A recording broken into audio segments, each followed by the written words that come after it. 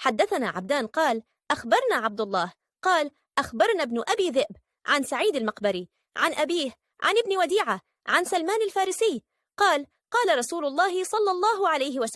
وسلم من اغتسل يوم الجمعة وتطهر بما استطاع من طهر ثم ادهن أو مس من طيب ثم راح فلم يفرق بين اثنين فصلى ما كتب له ثم إذا خرج الإمام أنصت غفر له ما بينه وبين الجمعة الأخرى. أخرجه البخاري في الصحيح كتاب الجمعة.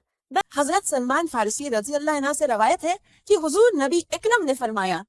جو آدمی جمعہ کے روز غسل کرے اور حسب استطاعت طہارت کرے، تیل لگائے اور خوشبو لگائے، پھر اپنے گھر سے نماز جمعہ کے لیے نکلے اور صفوں کے درمیان پرسکون بیٹھے ہوئے، دو ادمیوں کے درمیان نہ گھسے، پھر نماز پڑھے جو اس کے لیے لکھ دی گئی ہے، پھر جب امام خطبہ دے تو خاموش رہے، اس جمعہ سے دوسرے جمعہ تک کے گناہ بخش دیے جاتے ہیں۔ اس حدیث کو امام بخاری، ابن ماجہ اور احمد نے روایت کیا ہے۔